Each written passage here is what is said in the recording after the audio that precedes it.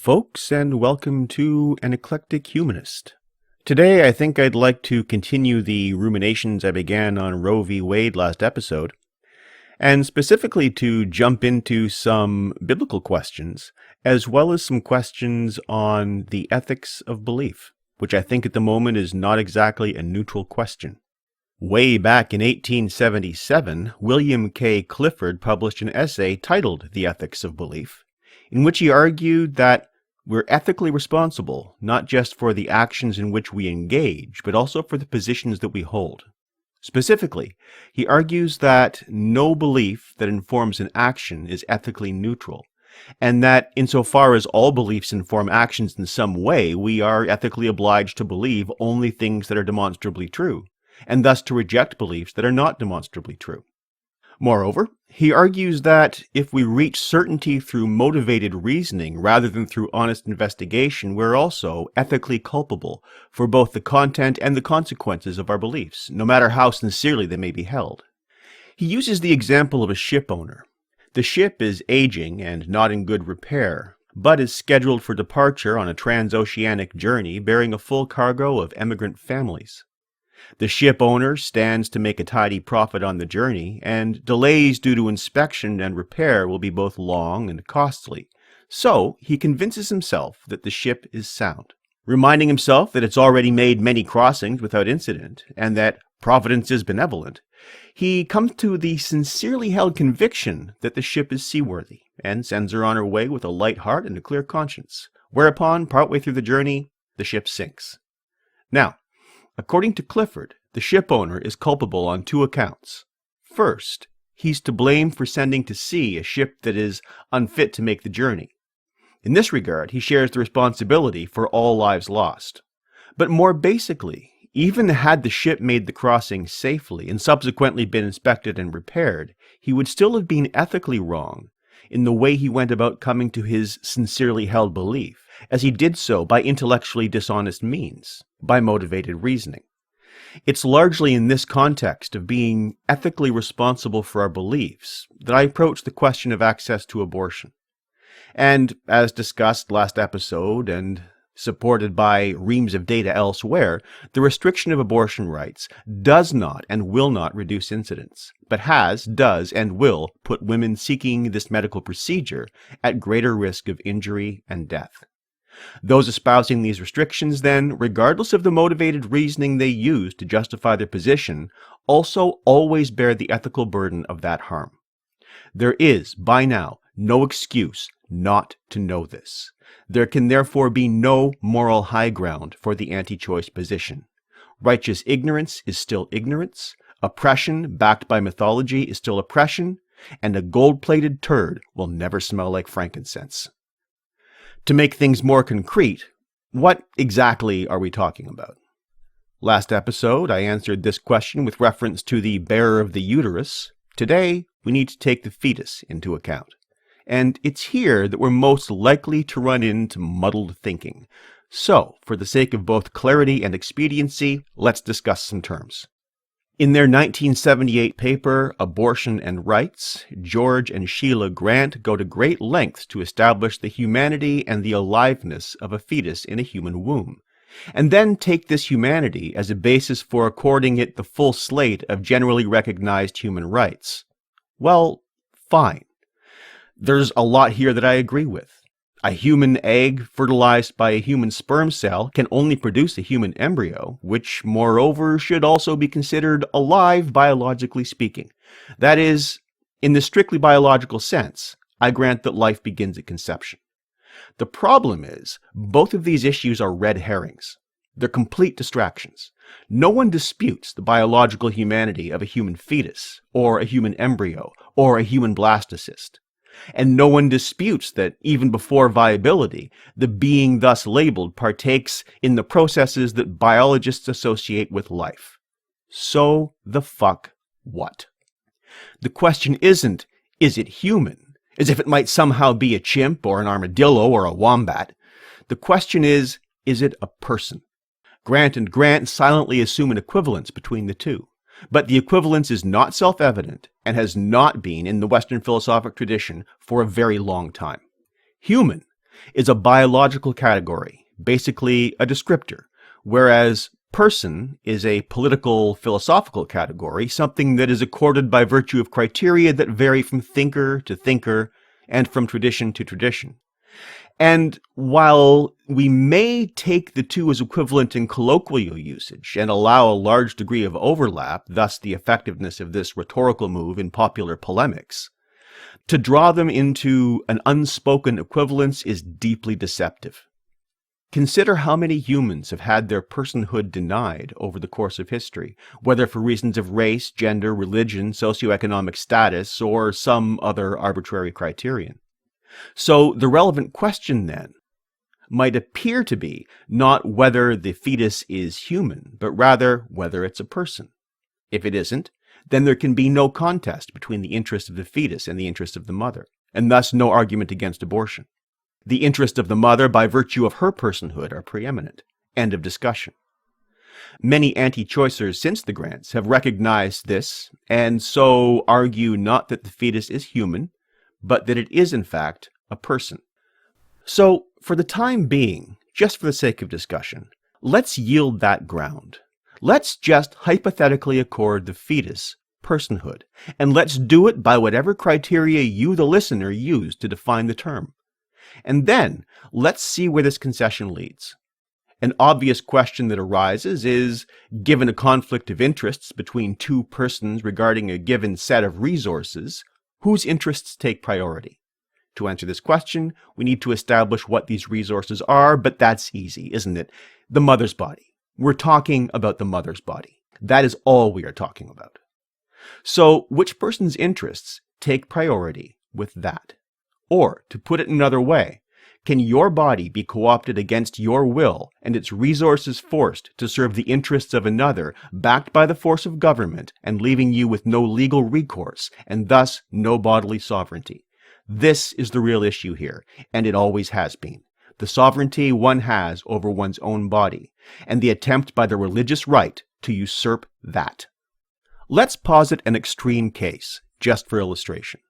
Say a family member needs a kidney transplant, or even just a blood transfusion, and for reasons of time, blood type, and genetics, the donation has to come from you and only you. In this situation, does your relative have a legal claim on your kidney or on your blood? The answer, of course, is no. A person in the US or Canada cannot be legally compelled to surrender so much as one drop of blood, even where that blood is needed to save another person's life. Period. The end. And this is as it should be. It's the lowest possible bar of bodily sovereignty, and if your own body is not even yours, then nothing is. If your body can be taken from you, anything else can be taken from you as well. So, if you are an anti-choicer, ask yourself this. Would you compel one person to have their bodily resources consumed against their will in order to save another person's life? Would you support legislation that put you in that position? Of course, you can morally condemn someone for being unwilling to give a pint of blood to save someone else, and quite frankly, that condemnation would be justified. But it would not be a basis for legislating another person's bodily sovereignty away. What the gist of this line of thought points to is that if we accord personhood and even a full slate of human rights to a fetus, the fetus's claim on the mother's body can still never exceed or even equal the claim of the mother herself. To argue that it does is to argue not that the fetus is equal to other humans. Rather, it's positing a special status for the fetus, above and beyond what we accord to any other category of being. And if this seems an extreme claim, look at it this way. Remember the argument about the pint of blood required to save another person's life? Well, let's say that the person in question is a newborn, and the one from whom the blood is needed is the mother. In that case, should the mother, for whatever reason, refuse consent to a transfusion, there is no legal mechanism in either Canada or the US that could compel her to do so. What this means regarding the anti-choice position is this. Though they may not say the quiet part out loud, anti-choicers are arguing that the state should accord a legal status to the fetus regarding its claims on the mother's body that it does not accord to any other person in any other circumstance. In other words, and let this sink in, they are arguing for a legal model in which we lose rights the instant we are born. In fact, they are instituting that model. And while this does actually track with voting records of most conservative legislators regarding social programs, it is out of line with virtually all thinking on the subject of human rights domestically and globally, in which we, the autonomous human persons, are the bar. There is no category above us. So even if we concede personhood to the fetus, it still does not have a superior claim on the mother's body to the claim of the mother herself. But is the fetus a person? It's time to set that rhetorical concession aside, given that the anti-choice position in North America comes almost entirely out of conservative Christianity. We need to approach the question from a specifically biblical point of view. What is the value of a fetus in the Bible? And for that matter, what is the value of a baby? So, let's pretend now, just for shits and giggles, that the Bible or any other religious mythological text could be in any way relevant to the making of laws in a democracy with a secular constitution.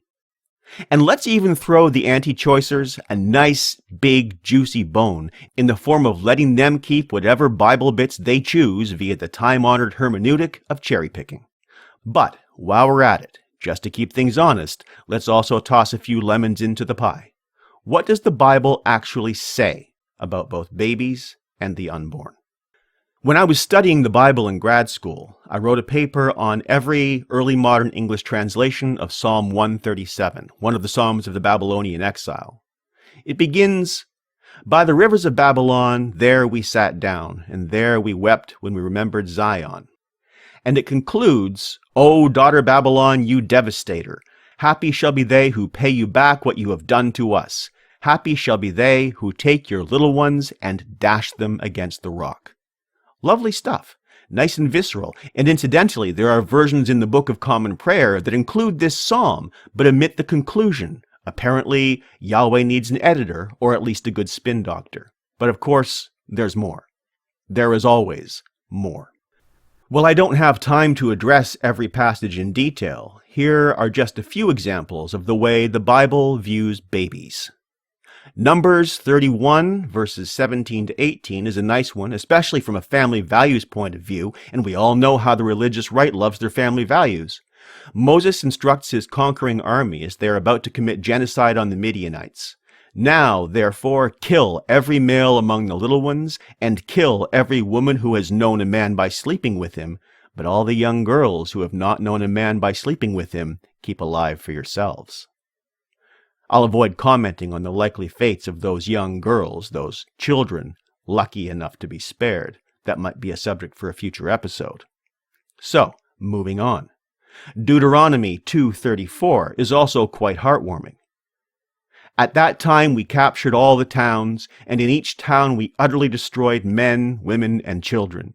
We left not a single survivor."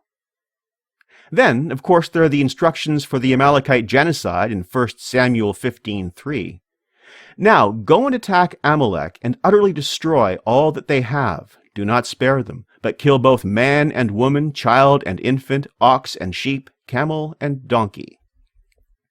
Or, returning to the theme of vengeance against Babylon, consider the words imputed to Yahweh himself in Isaiah 13, verses 16 to 18. "Their infants will be dashed to pieces before their eyes. Their houses will be plundered and their wives raped. See, I am stirring up the Medes against them, who have no regard for silver and no delight in gold. Their bows will slaughter the young men. They will have no mercy on the fruit of the womb. Their eyes will not pity children." Then, of course, there are the instructions on how to treat idolaters, that is, people who do not worship the God of Abraham, in Ezekiel 9:6. "Cut down old men, and young women, little children, and women." Or, if Hosea is more your bag, you might enjoy these. "Give them, O Lord, what will you give? Give them a miscarrying womb and a dry breasts." That's 9:14. Or, Samaria shall bear her guilt because she has rebelled against her God. They shall fall by the sword, their little ones shall be dashed in pieces, and their pregnant women ripped open. That's 13:16. And yes, I can already hear someone out there drawing a great big breath to utter that favorite old chestnut, but you're taking it out of context. This objection comes up whenever one or another biblical atrocity is pointed out, and I suppose the need for such hand-waving is the principal justification for the intrinsically dishonest field of apologetics. And hell, I even accept the claim as at least somewhat legitimate. I'm reading the text simply for what it actually says and attributing to its authors the intellectual integrity of meaning what they say. They may have meant something else as well, and that's fine.